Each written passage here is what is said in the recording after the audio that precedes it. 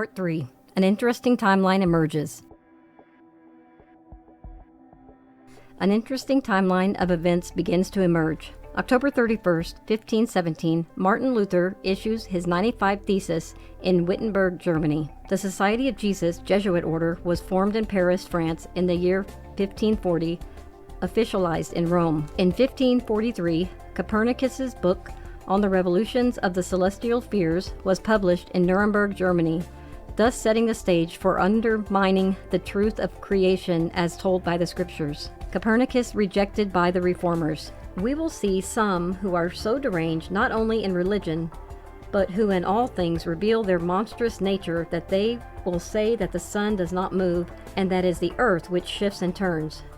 When we see such minds, we must indeed confess that the devil possessed them. Sermon on 1 Corinthians 10, 19-24, Calvini Opera Selecta Corpus Reformatorum. There is talk of a new astronomer who wants to prove that the earth moves and goes around instead of the sky, the sun, the moon, just as if someone were moving in a carriage or ship might hold that he was sitting still and at rest while the earth and the trees walked and moved. But that is how things are nowadays. When a man wishes to be clever, he must needs invent something special, and the way he does it must needs be the best. The fool wants to turn the whole art of astronomy upside down. However, as Holy Scriptures tells us, so did Joshua bid the sun to stand still and not the earth. Martin Luther. In response to the publication of the Brief Commentarius, which appeared a decade before De Revolutionibus. This comes from Luther's table book, Tischreden, or Record of Dinner Table Conversations. An interesting timeline of events begins to emerge. In response to the emerging Protestant Reformation, the Council of Trent in Italy is formed. It was the 19th Ecumenical Council of the Roman Catholic Church, held in 3 parts from 1545 to 1563. Prompted by the Reformation, the Council of Trent was highly important for its sweeping degrees of self-reform and for its dogmatic definitions that clarified virtually every doctrine contested by the Protestants. Despite internal strife and 2 lengthy interruptions, the Council was a key part of the Counter-Reformation and played a vital role in revitalizing the Roman Catholic Church in many parts of Europe. Among other things addressed, it was here that the canon of the Old and New Testament was fixed. Tradition was accepted as a source of faith. The Latin Vulgate was declared adequate for doctrinal proofs. The number of sacraments was fixed at 7, and the nature and consequences of original sin were defined. After months of intense debate, the council ruled against Luther's doctrine of justification by faith alone. Also, the Eucharist was defined as the real presence of Christ, and purgatory, indulgences, veneration of the saints, and other such things were made doctrine. What I am about to show you is something I was made aware of a few years ago by my friend Tony Martin. He's done a lot more research on this than I have, but in summary. In the morning of April 14th, 1561, at daybreak between 4 and 5 a.m., a dreadful apparition occurred on the sun and then was seen in Nuremberg in the city, before the gates and in the country, by many men and women. At first, there appeared in the middle of the sun 2 blood-red semicircle arcs, just like the moon in its last quarter. And in the sun, above and below, and on both sides, the color was blood. There stood a round ball of partly dull, partly black ferrous color. Likewise, there stood on both sides, and there was a torus about the sun, such blood-red ones, and other balls in large number, about 3 in a line and 4 in a square, also some alone. In between these globes there were visible a few blood-red crosses, between which there were blood-red stripes, becoming thicker to the rear, and in the front malleable like the rods of reed grass, which were intermingled, among them 2 big rods, one on the right and one on the left. And within the small and big rods there were 3, also 4 and more globes. These all started to fight amongst themselves, so that the globes which were first in the sun flew out into the one standing on both sides thereafter. The globes standing outside of the sun in the small and large rods flew into the sun. Besides, the globes flew back and forth among themselves and fought vehemently with each other for over an hour. And when the conflict in and again out of the sun was most intense, they became fatigued to such an extent that they all, as above, fell from the sun down upon the earth as if all burned, and they were then wasted away on the earth with immense smoke. After all this, there was something like a black spear, very long and thick, sighted, and the shaft pointed to the east and pointed to the west. Whatever such sign mean, God alone knows. Although we have seen shortly, one after another, many kinds of signs on the heaven, which are sent to us by the Almighty God to bring us to repentance, we still are unfortunately so ungrateful that we despise such high signs and miracles of God, or we speak of them with ridicule and disregard them to the wind, in order that God may send us a frightening punishment on the account of our ungratefulness.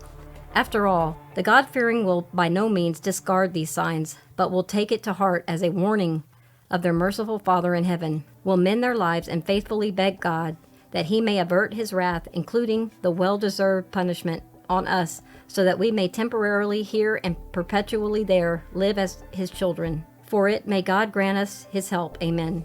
Hans Glacier, letter painter of Nuremberg. Very similar apparitions of knights fighting in the skies were frequently reported during the 30-Year War, which was 1618 to 1648. Many similar broadsheets of wondrous signs exist in German and Swiss archives, and Nuremberg seems to focus on a number of them, presumably because of the hardships and conflicts of the ex-prosperous. Such conditions typically accentuate apocalyptic thought, auto-billing, flying saucers, magic in the skies, Schiemann, 1982, pages 48 to 45. In 1566, a similar event occurred over Basel, Switzerland. Note, Basel had a burgeoning academic and scientific community at the time.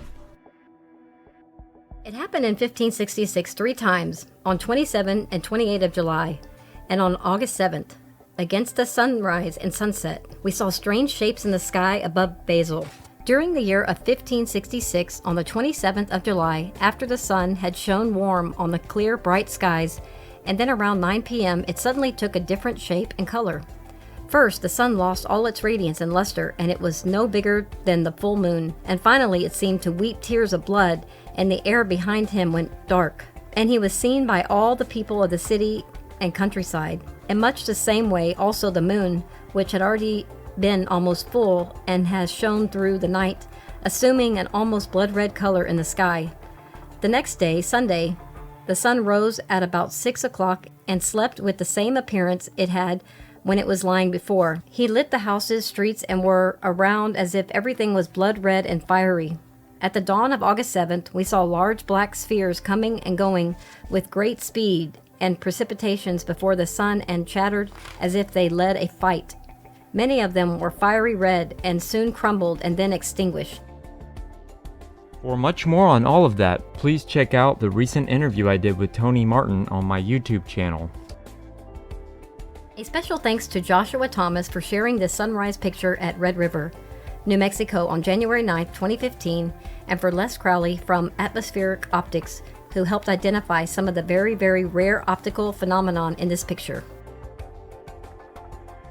In that interview, we took a look at an interesting timeline of events, which really kick off with the Reformation and Copernicus. Now, to be fair, some have argued that Hans Glaser was prone to tabloid-like sensationalism. He clearly viewed the events as signs from God of religious significance. And of course, the Ancient Aliens crowd has their take on it. Others say there may be more quote-unquote reasonable ways of understanding what happened back then from a scientific perspective. All I can say is it was a very interesting set of events during a very interesting time in history. You'll have to do your own research and decide. An interesting timeline of events begins to emerge. October 31st, 1517, Martin Luther issues his 95 Thesis in Wittenberg, Germany. The Society of Jesus Jesuit Order was formed in Paris, France in the year 1540, officialized in Rome. In 1543, Copernicus's book on the revolutions of the celestial spheres was published in Nuremberg, Germany, thus setting the stage for undermining the truth of creation as told by the scriptures and kicking off the scientific revolution and the humanist age of enlightenment. Copernicus rejected by the reformers. And then in 1561 to 1566, massive USO flaps over Nuremberg, Germany, and Basel, Switzerland. From 1573 to 1601, Tycho Brahe builds upon Copernicus's work while inserting his own geocentric ideas into the field of astronomy. Note, he dedicated his observatory Nuremberg to Urania, the pagan goddess muse of astronomy. In 1596, Johannes Kepler published the Cosmographic Mystery, within which he attempted to reconcile Copernican idea with scripture. Then, after working for the late Tycho Brahe in 1609, building upon the works of both Copernicus and Brahe, he published Astronomia Nova, proposing elliptical orbits for some of the planets in a heliocentric system. The King James Bible is published in 1611 with some of the above influences, inserting the word planets into 2 Kings 23:5. The 30-Year Wars was fought primarily in Germany from 1618 to 1648. An estimated 4.5 to 8 million people were killed, including up to 60% of the German population during this time. The Great Puritan Migration to North America happens from 1620 to 1640, the black arrow pointing west. Again, refer to the interview I did with Tony Martin for his theories on the meaning of the black arrowhead in the Nuremberg UFO flap. An interesting timeline of events begins to emerge. In 1632, Galileo publishes his dialogue concerning the two chief world systems, resulting in him being found to be vehemently suspect of heresy. In 1666, Isaac Newton gets bonked on the head with an apple and comes up with his theory of gravity. On May 1st, 1776, the Illuminati is founded in Germany. July 4th, 1776, America declares its independence from England. 1830 to 1833, Charles Lyell publishes his theories of geology in terms of very long ages, based on uniformitarianism. 1859, Charles Darwin publishes On the Origin of Species, which becomes the foundation of evolutionary biology.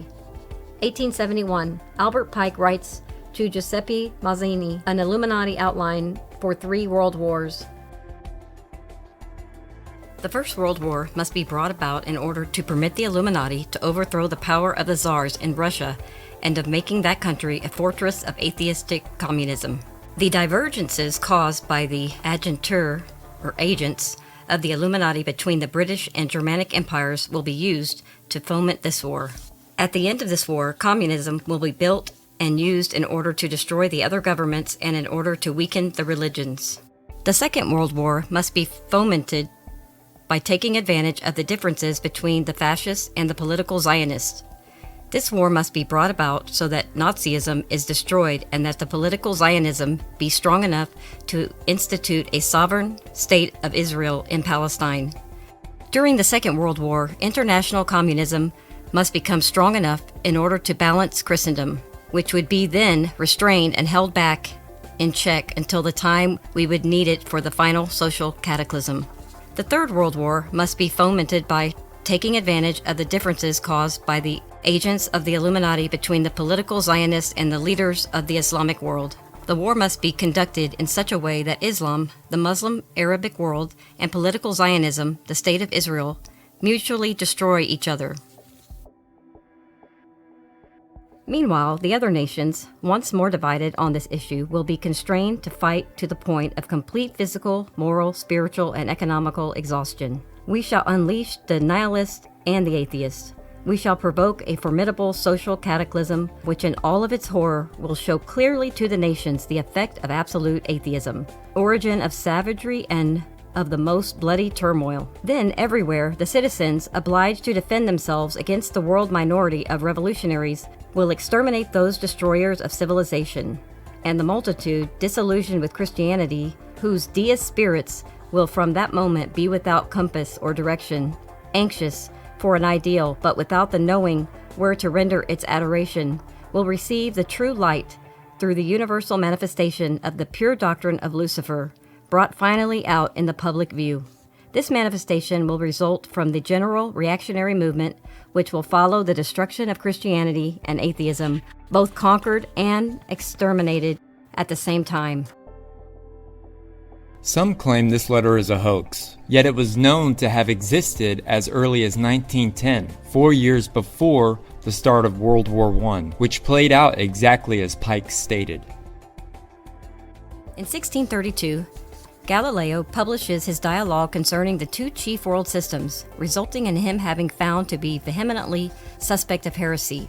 In 1666, Isaac Newton gets bonked on the head with an apple and comes up with his theory of gravity. On May 1st, 1776, the Illuminati is founded in Germany. On July 4th, 1776, America declares its independence from England. 1830 to 1833, Charles Lyell publishes his theories of geology in terms of very long ages based on uniformitarianism. 1859, Charles Darwin publishes On the Origin of Species, which becomes the foundation of evolutionary biology. 1871, Albert Pike writes to Giuseppe Mazzani an Illuminati outline for 3 world wars. 1878, The Seat of Satan, you can see that in Revelations 2, 12 through 13, is excavated and then eventually moved from Pergamum to Germany. Meanwhile, by the time we arrived in the 20th century, we had completely thrown out the biblical creation model, now believing a microscopic dot, floating in nothing, exploded in a cosmic fart, resulting in an ever-expanding cosmos, wherein molten rock can spawn life, which ultimately led to gender-confused humans as the top of the evolutionary chain, having arrived from goo to you by the way of the zoo. This is called science. And with people no longer recognizing themselves in the image and likeness of a good creator, it didn't take long for the whole world to slide into a massive war.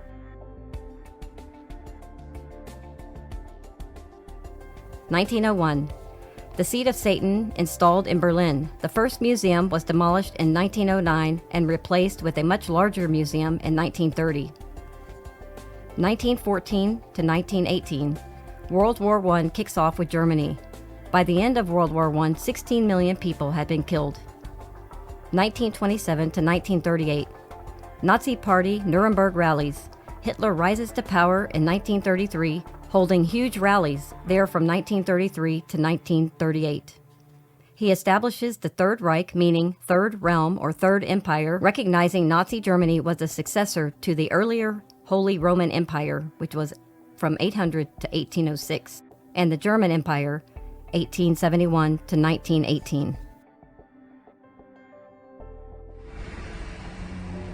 Ancient Pergamon, the center of pagan worship in Asia Minor, once known as the place where Satan dwells.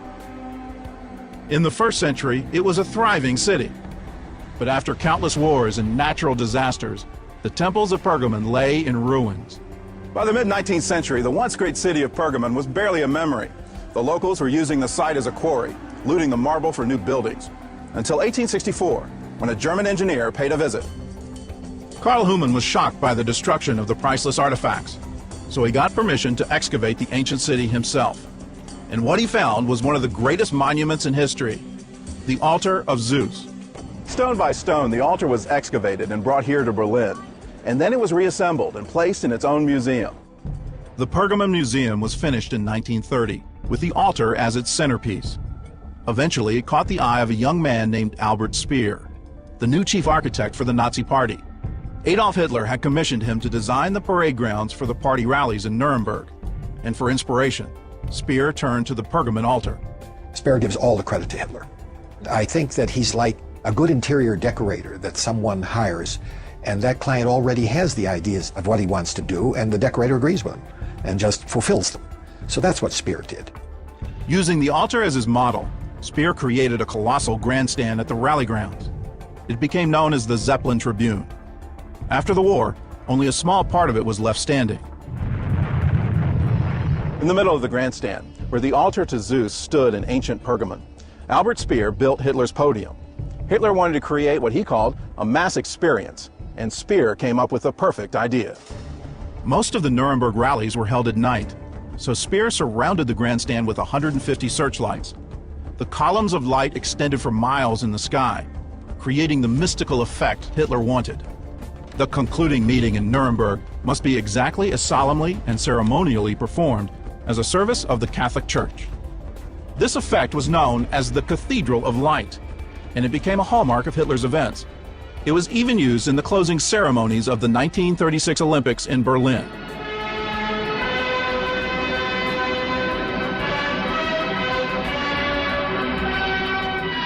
Hitler is very much aware of German mythology, and anytime you look at mythology and gods, you're looking skyward.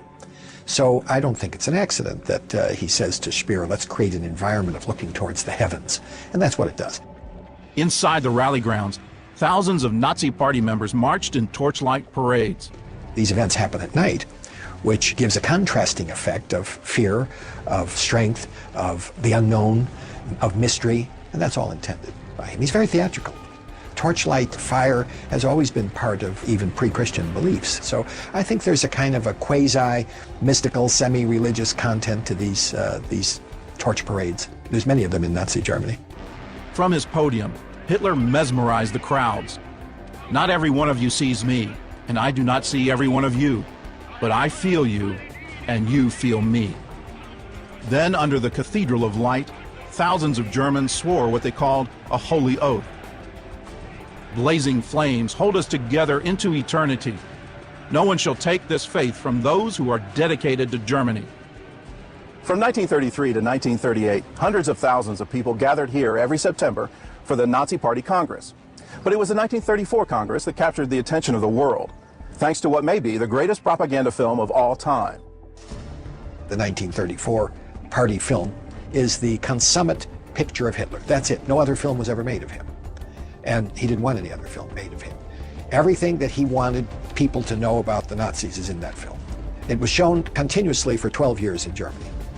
Triumph of the Will was directed by a young German actress named Leni Riefenstahl. She was a famous movie star. I would characterize her sort of as a female Indiana Jones. And she was pretty and shapely and popular, romantic films, escapist. Hitler's a bit of a romantic.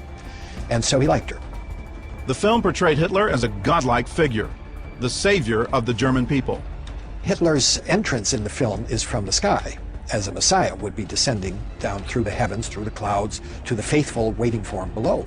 And anytime he appears, any people that are anywhere near up close to him have these starry-eyed looks in their eyes, glazed looks almost, as if they're in the presence of an unearthly being. That's intentional. In his speeches, Hitler often borrowed Christian phrases, like in this scene with the Hitler Youth. After they sing their song devoted to him, Hail Hitler to Thee, which is almost like a religious chant, he goes into his speech and he says things like, you are flesh of our flesh and blood of our blood. Well, he borrows that from the Roman Catholic ritual, with which he's very familiar. It's a very physical statement, and it resonates with that crowd. Hitler's popularity skyrocketed after the release of Triumph of the Will. The next year, more than 1 million Germans came to Nuremberg to hear his speech.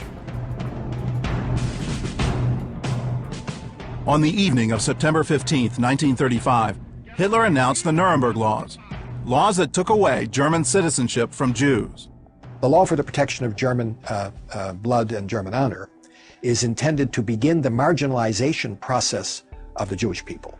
Hitler had a lot of popular support for much of his time in office.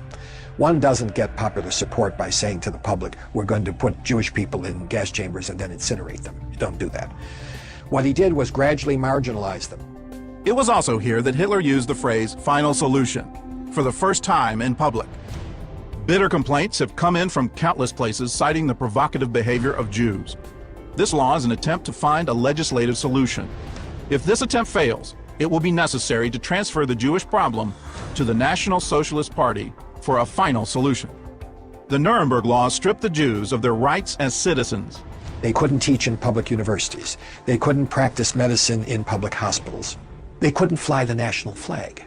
Then that was coupled with the Reich citizenship law, which said that Jewish people in Germany were subjects of the Reich, but not citizens. Hitler's final solution is now known as the Holocaust, from the Greek word that means a holy burnt animal sacrifice. In AD 92, the faithful martyr Antipas died, a holy burnt sacrifice on the altar of Zeus in Pergamon, the place the book of Revelation calls the throne of Satan. Centuries later in Nuremberg, in the center of a redesigned Pergamon altar, the bronze bull was replaced by a podium. From there, Adolf Hitler announced his final solution to the world.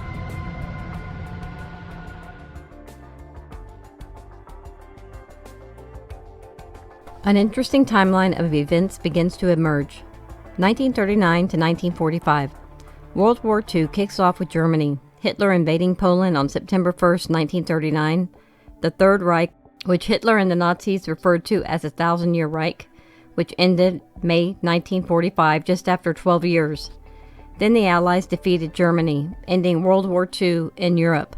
By that time, over 75 million people had been killed. 1945 to 1946. Nuremberg trials. They were military tribunals held, out of which came the 1947 Nuremberg Code for medical practices. 1946 to 1947, the first of the Dead Sea Scrolls were found. More have been found between 1948 and today. 1946 through 1947, Admiral Byrd and Operation High Jump. 1947, Roswell event occurs, kicking off modern-age UFO and tales of alien abduction being done by beings from another world. 1950 to today, non-stop movies, TV shows, comic books, and other propaganda, even from science, and all forms of mainstream media, perpetuating the idea of life on other planets and beings from other worlds visiting ours. I mean, we've had 17 seasons of Ancient Aliens, running on the History Channel. What is the real shape of the Earth and nature of the cosmos? Admiral Byrd, Antarctica, and Project Fishbowl. First, Admiral Byrd goes to the North Pole and claims to have found an entrance to inner Earth. Hollow Earth Theory, 1926. After World War II, the nations, especially Germany, Russia, and the United States, become obsessed with Antarctica.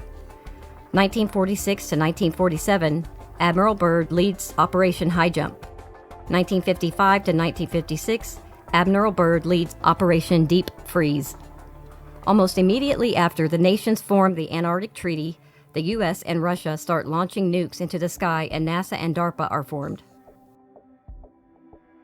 In the US, we called our part in the bombing of the sky Operation Fishbowl. Yeah, indeed, things got very interesting after Operation Deep Freeze. And oh yeah, and it's probably just a coincidence that the CIA/government sponsored mind control, the campaign known as MK Ultra.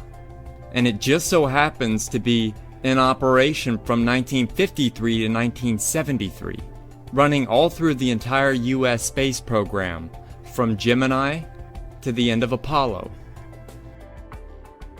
The so-called scientific revolution kicked off with Copernicus. Shortly thereafter, we had the 1561 UFO flap over Nuremberg.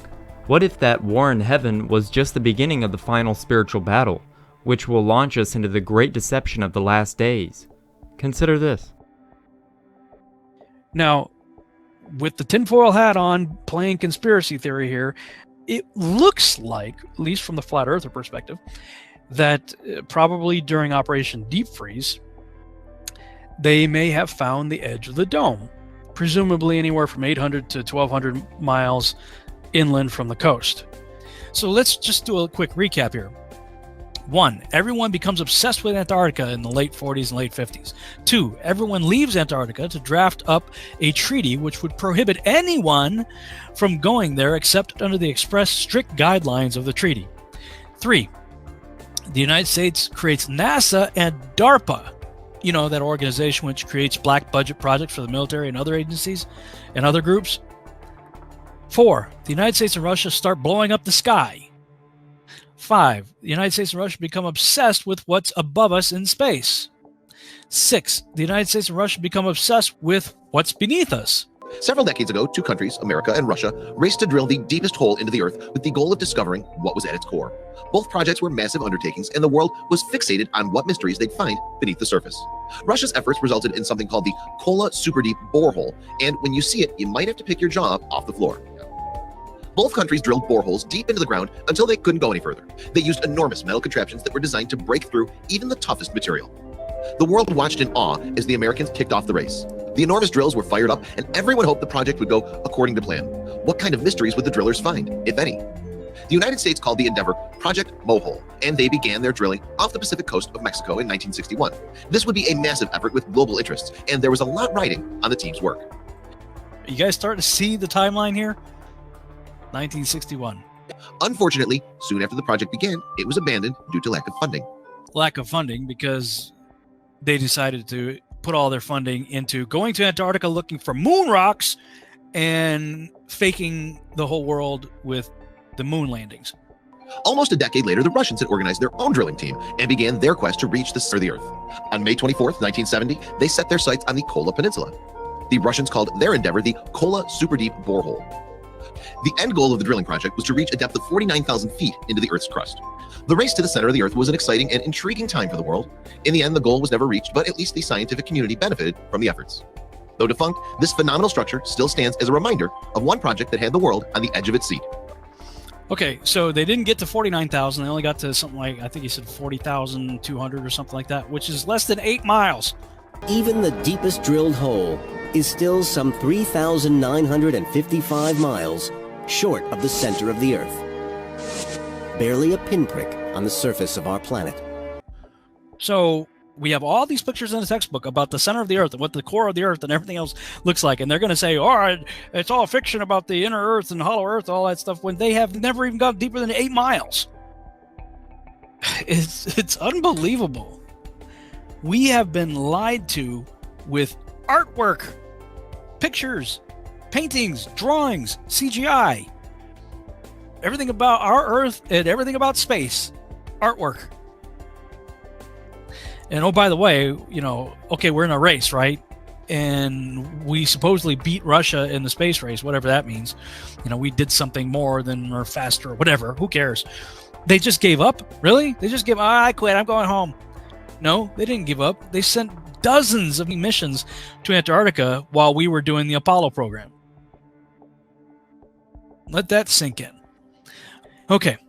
I gotta say, it sure looks to me like they found something in Antarctica which challenged everything we thought we knew, and thus they immediately set out to find how high our enclosed world dome is and how deep the foundation goes.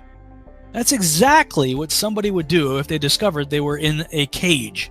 They try to figure out wait a minute, what are the boundaries? How do I get out of here?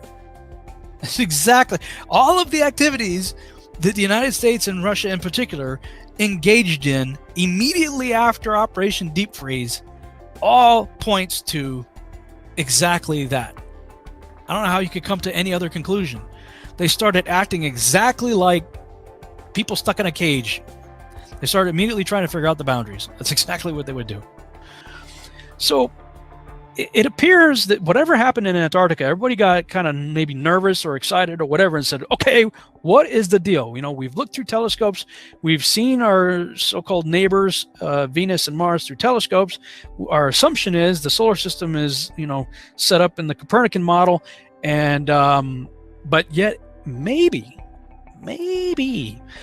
they found a dome and they started to question all that. So the first thing they do is send out probes to go, wait a minute. What in the world? If we're in a dome, how high does this thing go? So they start launching high altitude nuclear bombs. And if you look at the videos on Operation Fishbowl and Starfish Prime and all those high altitude tests, it looks like they're hitting something up there. At least from a conspiratorial tinfoil hat wearing perspective, that's what it looks like. Now, this is what blew my mind. You can read more on all that if you'd like. To get caught up to speed on what's going on there. So I go to Lubbock and I'm doing this conference out there at Jared Cressman's father's church, Pastor Dan Cressman. And we get to talking about this whole issue of the flat earth stuff. And he goes, do you know what the name Dominic means? And I said, no. He says, you talk about Operation Fishbowl, but check this out. I'm going to take you to, I'll put the screen share back up here. Take you to a one of those name websites. I like using behindthename.com. Look up the name Dominic, Dominic, from the late Latin name Dominicus, meaning of the Lord. Fishbowl was part of Operation Dominic. It looks like they are sending high-altitude nuclear bombs to test the fishbowl of the Lord, i.e. the firmament. Yeah, this is definitely one of those things to make you go,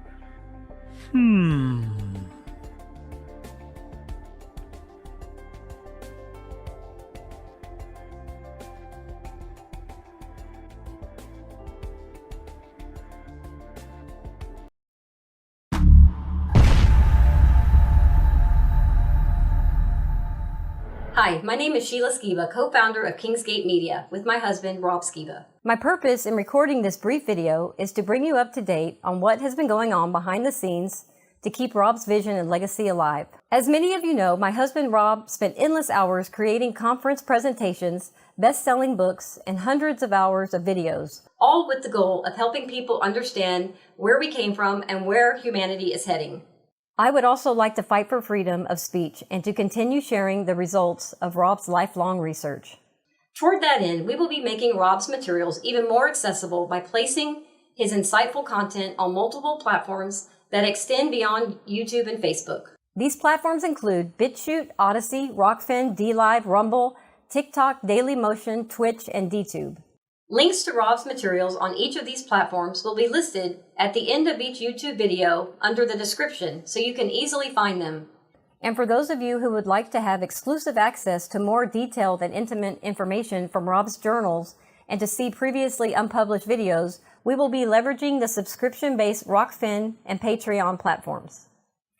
In addition, here at Kingsgate Media, we will continue our work on the 72-episode science fiction internet TV series called Seed, which exposes that truth is truly stranger than fiction. It also reveals that the keys to the future lie buried in the past.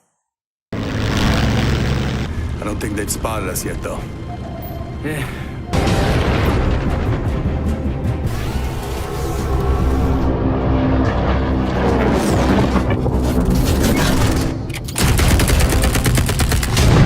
Yes!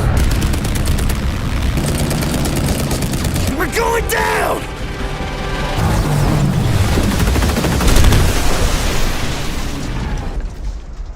Come on. Come on! Evidence surrender!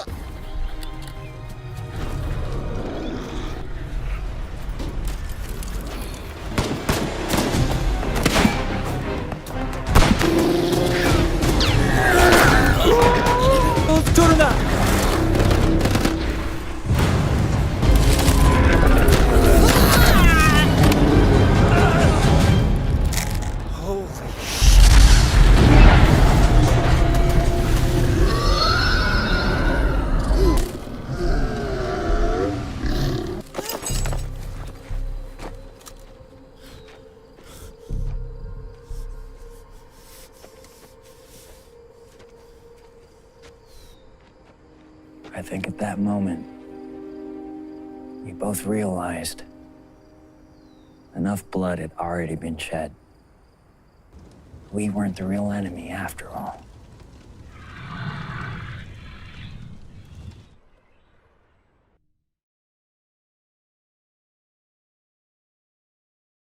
Another thing I'm really excited about is since 2015, we have been a contributor to JIL Games' NOAA VR virtual reality project. Please watch the next few minutes showing their progress.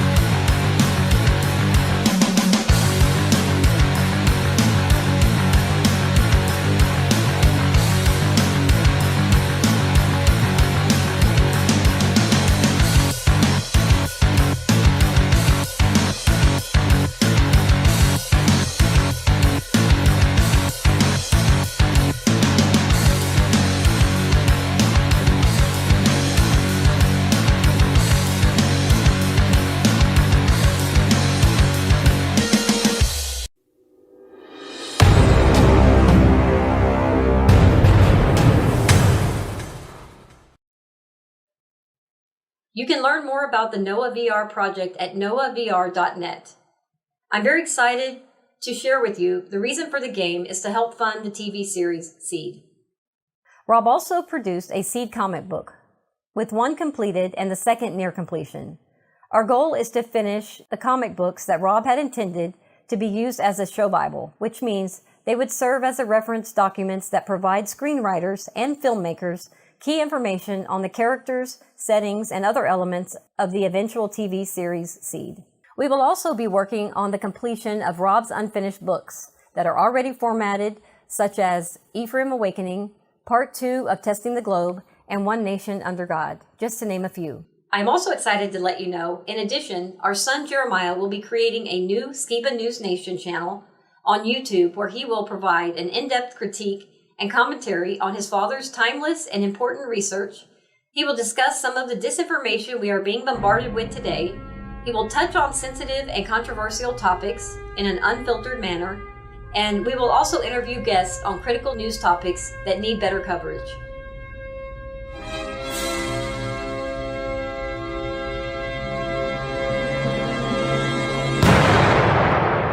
Hey, Jeremiah Skiba here. I've got some exciting news to share. I'm proud to announce the launch of the Skiba News Nation. Skiba News Nation will be an unfiltered show where I'll be reacting to the news going on in the world. My mom and I will also be interviewing people to talk about current events, health, history, reviewing Rob's content in detail, and much more. We will be taking a whole new approach to the ministry that my dad started. My mom and I will be using the Skiba News Nation to carry the torch for my dad in a whole new way. We want you to be a part of it as much as we are. We want you to submit stories, news, questions for us to talk about on Skiba News Nation. We will keep you updated on the platform's official launch. You can find us by subscribing and following our social media, YouTube, etc. in the description below. Thank you for your support and for staying on the quest for truth with us. One more thing. Welcome to the family. As Kingsgate Media continues to grow, we will begin seeking volunteers who are willing and able to aid us in achieving our goals in getting God's truth to the masses and expanding God's kingdom. And for those of you who have already emailed Rob and shared your talent, you will not be forgotten. It has now been 6 months without my best friend. It's been really hard just to continue life. Your letters and emails that come encourage me so much. It's one of the reasons why I get out of bed every morning. I just want to let each one of you know who has written me a letter or sent me an email, and also those who have given financially. I could not be doing this without you. The only reason why we're making progress on these projects is because of your support. You truly are my family. I really want to thank you for helping me to continue see Rob's legacy and vision come to life. You are the ones that have made this possible. Thank you.